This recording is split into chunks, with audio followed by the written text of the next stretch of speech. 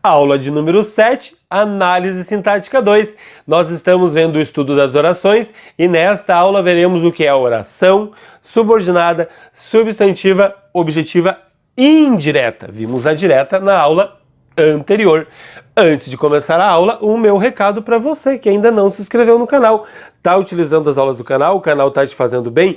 Tem de se inscrever para ajudar o canal. Os canais vivem de inscrição, a sua inscrição, portanto, é importantíssima para o canal.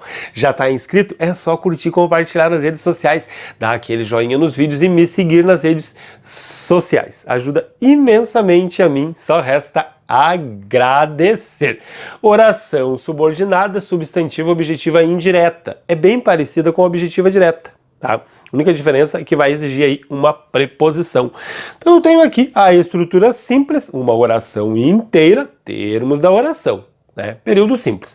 Ele reclama de seu trabalho. Já coloquei ali a transitividade do verbo, é um transitivo indireto esse verbo. O sujeito é ele, né?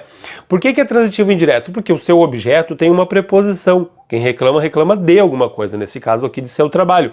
Então eu tenho ali o objeto indireto do verbo reclamar. Agora, esse objeto indireto vai se tornar uma oração inteira. E aqui embaixo eu tenho a mesma estrutura que ali. Claro que aqui eu já constituo uma oração, prestem atenção nisso. E essa aqui é a nossa oração principal. Sujeito e verbo já constitui uma oração. Aqui eu tenho sujeito, verbo e complemento do verbo. É uma oração inteira, mas aqui eu já tenho uma oração. Eu vou colocar uma outra oração junto com ela. Tá aqui a oração. Ele reclama, quem reclama, reclama de que seu trabalho é cansativo. Prestem atenção que a única diferença da objetiva direta é que a indireta tem a preposição, assim como o objeto indireto e o objeto direto. A única diferença é que o indireto tem preposição e o direto não tem. Mesma coisa vai acontecer com a oração, tá? Então, essa oração inteira aqui começa no de, obviamente, com a preposição, é uma oração subordinada, substantiva, objetiva indireta. Uma oração inteira com função de objeto indireto, tá, pessoal? É fácil, não é difícil. Tão fácil que a gente já vai para as observações. Atenção!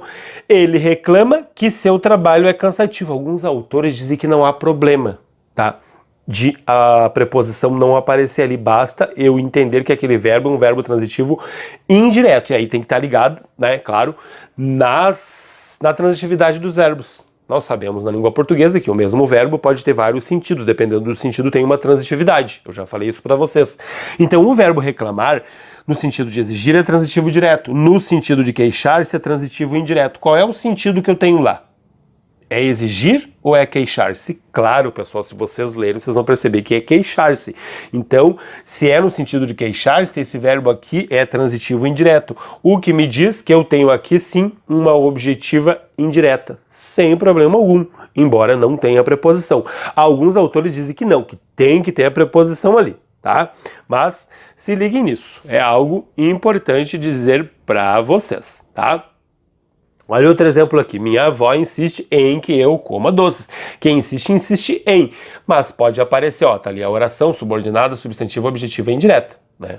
Começa ali na preposição, mas pode aparecer dessa forma. Minha avó insiste que eu coma doces. O verbo insistir é transitivo indireto, como a gente pode observar lá em cima, tá? E aqui é a mesma coisa. Quem gosta, gosta de.